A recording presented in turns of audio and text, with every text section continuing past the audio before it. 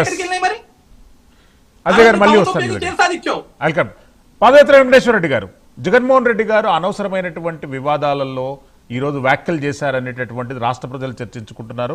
ప్రధానంగా వైఎస్ రాజశేఖర రెడ్డి గారి మరణాన్ని రాజకీయాలకు దగ్గరగా తీసుకురావడం అనేటటువంటిది ప్రజలు జీర్ణించుకోవడం లేదు. ఎట్లా చూస్తారండి ఆయన వ్యాఖ్యల్ని? ప్రజలు రియాక్ట్ అవుతున్నటువంటి విధానము, మీ వైఎస్ఆర్సీపీ పార్టీలు కూడా అంతర్గతంగా కూడా ఈ అంశం పైన తారాస్థాయిలో విభేదాలు వచ్చాయనేటటువంటిది బయటికి తెలుస్తుంది. ఎట్లా స్పందిస్తారు ఈ అంశం పైన?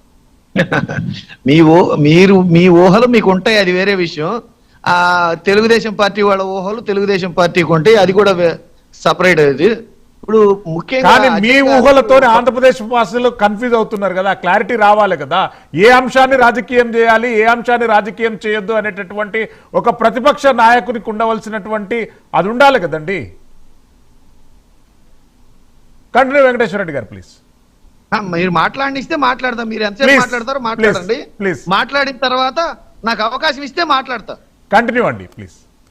ఇక్కడ విషయం ఏంటంటే అండి, ఆయన సజ్జా అజయ్ గారు అధికారంలో ఉండి సానుకూలంగా సమాధానం చెప్పి ప్రతిపక్షం వాళ్ళు అడిగిన ప్రశ్నలకి వివరణ ఇవ్వాల్సిన స్థానంలో ఉండి ఓపిగ్గా వివరణ ఇవ్వకుండా ఆవేశంతో పంచి డైలాగులతోటి ఆరోపణకు ప్రతి ఆరోపణ అన్నట్టుగా ఆయన మాట్లాడుతున్నారు తప్పితే, వివేకానంద రెడ్డి గారు చంద్రబాబు నాయుడు గారు ముఖ్యమంత్రిగా ఉండగా చనిపోయారు. చనిపోయినప్పుడు ఆయన వేసిన ఎస్పీ గారు, ఆయన అధికారంలో ఉన్నప్పుడు ఆయన వేసిన ఎస్పీ గారు, ఆయన పోస్టింగ్ వేసిన డీజీపీ గారు, ఆయన పోస్టింగ్ వేసిన డిఎస్పీ గారు, ఆయన పోస్టింగ్ వేసిన సిఐ గారు, ఎస్ఐ గారు, మొత్తం వాళ్ళు ఉన్నారు. అప్పుడు సాక్ష్యాలు తారుమారు చేశారు, రూపుమాపారు అని చెప్పేసి ఆరోపణలు చేసిందే ప్రతిపక్షంలో ఉన్నప్పుడు చంద్రబాబు నాయుడు గారు. అప్పుడు మేము సిబిసిఐడి చేసి ఎంక్వైరీ చేస్తామని చెప్తే కాదు సిట్ వేస్తామని చెప్పేసి అప్పుడు అధికారంలో ఉన్న చంద్రబాబు నాయుడు గారు అన్నారు.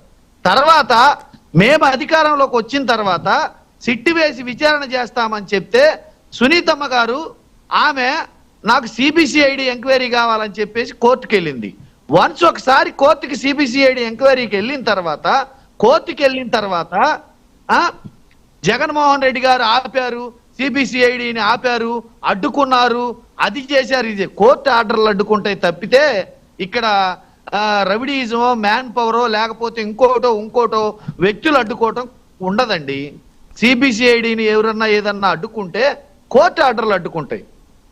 కోర్టు ఆర్డర్లు అడ్డుకునే దాన్ని ఒక సినిమాటిక్ గా మలిసి వాళ్ళు ఈ విధంగా చెప్తున్నారు.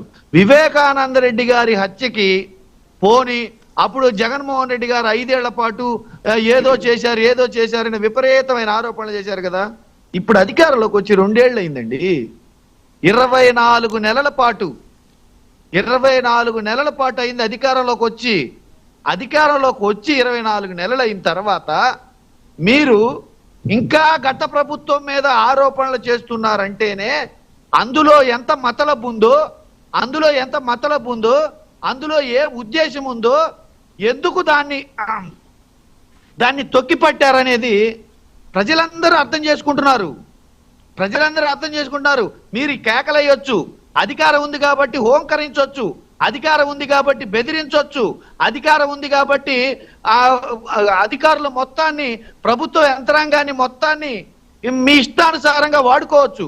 కానీ కాలం గడిచే కొద్దీ, సమయం గడిచే కొద్దీ 5 ఏళ్లకు ఎన్నికలు వస్తాయి. ఎన్నికలు వచ్చే సమయానికి రోజులు దగ్గర పడే కొద్దీ ప్రజలు తిరగబట్టం ఖాయం. మేమేమంటామంటే మీరు అధికారంలోకి వచ్చారు, సంపూర్ణ మెజారిటీ ఉంది, ప్రతి సమస్యకి పరిష్కారం చూపించి పరిపాలన చేయండి. జగన్మోహన్ రెడ్డి గారు ప్రశ్నించే స్థానంలో ఉన్నారు.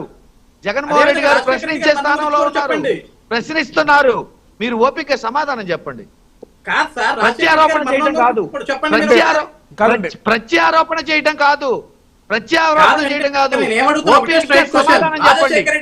ఓపిక సమాధానం చెప్పండి. ఆర్టీసీని ఎందుకు నడపలేమంటున్నారు? పాఠశాలలు పాఠశాలలు ఎందుకు నడపలేమంటున్నారు, మెడికల్ కాలేజీలు ఎందుకు నడపలేమంటున్నారు, ప్రపంచ స్థాయి రాజధాని ఎలా కడతామంటున్నారు, ప్రపంచ స్థాయి రాజధాని ఎలా కడతామంటున్నారు. Yes. పేద ప్రజల గురించి ఒక వైఖరితోటి, పేద ప్రజల గురించి ఒక వైఖరితోటి, డాబు దర్పంతో ఏదో కీర్తి ప్రతిష్టలు సంపాదించుకోవాలన్న ఉద్దేశంతో వేల కోట్లు, ఒక స్క్వేర్ ఫీట్ 30,000 రూపాయలు పెట్టి ఏదో ఆ భవనం నిర్మిస్తాము అని చెప్పటం, భవనం నిర్మిస్తామని Yes. చెప్పటం, వెంకటేశ్వర రెడ్డి గారు అది మళ్ళీ కాక వస్తాను. మళ్ళీ కృష్ణాంజనేయులు గారు. మళ్ళీ భూములు చేయాలని చెప్పటం, Yes. ఇవన్నీ చూస్తుంటే వ్యత్యాసాలు అర్థమవుతున్నాయి ప్రజలకి, మాటల్లో వ్యత్యాసాలు అర్థమవుతున్నాయి. అది గమనించుకోవాలి మీరు. వెంకటేశ్వర రెడ్డి గారు మళ్ళీ వస్తానండి మీ దగ్గరికి. మీరు పరిపాలన చేయండి ఫస్ట్. Yes. కృష్ణాంజనేయులు గారు, మా ప్రశ్నలకి ప్రొఫెసర్ మీ నాగేశ్వరరావు గారు సమాధానం సెంటర్ ఆఫ్ చెప్పండి. అట్రాక్షన్ గా మారారు. ఆయన చేసినటువంటి వ్యాఖ్యలేంటి,